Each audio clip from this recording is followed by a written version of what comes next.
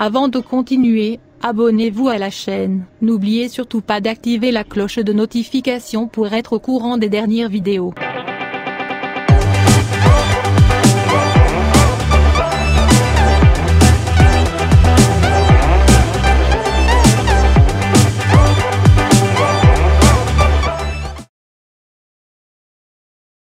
Jon Char est un professeur américain de sciences politiques qui est le fondateur de l'Albert Einstein Institution, qui est consacrée à l'avancement de l'étude de l'action contre les dictatures. Voici ce que Jon Char écrit au sujet des dictateurs. Ces citations sont tirées de l'ouvrage « De la dictature à la démocratie ».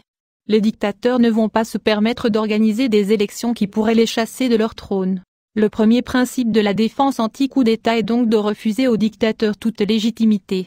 Toute négociation entre un dictateur et ses opposants démocratiques est vouée à déboucher sur un marché de dupes, la vision romantique de dictateurs qui seraient prêts à faire des concessions majeures, et de négociations menées en fonction d'arguments de droit et d'éthique, et non de pouvoir, est au mieux irréaliste. Si un dictateur veut assouplir son régime, il n'a pas besoin de négocier pour le faire. Cette vision peut même être dangereuse. Les négociations donnent au dictateur une légitimité. La seule négociation envisageable est celle permettant à un dictateur en déroute de fuir son pays en sécurité.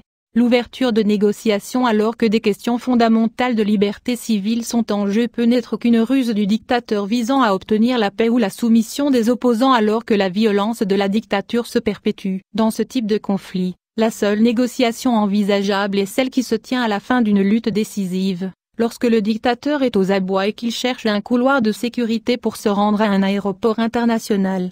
Plus encore, des démocrates ou des spécialistes étrangers participant aux négociations peuvent, d'un seul coup, fournir au dictateur la légitimité, intérieure ou internationale, qui lui était refusée du fait de sa position monopolistique dans l'État, de ses violations des droits de l'homme et de sa brutalité. Sans cette légitimité désespérément nécessaire, les dictateurs ne peuvent pas continuer à régner indéfiniment. Les acteurs de la paix ne doivent pas la leur fournir.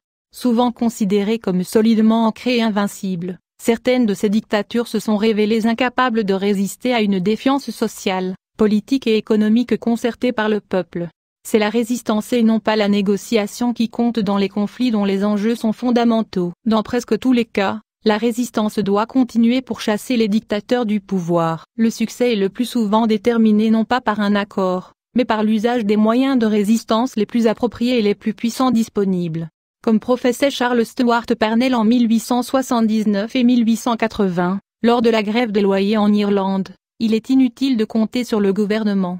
Vous ne devez compter que sur votre propre détermination. Aidez-vous, en vous soutenant les uns les autres. Fortifiez ceux qui, parmi vous, sont faibles. Unissez-vous, organisez-vous et vous gagnerez.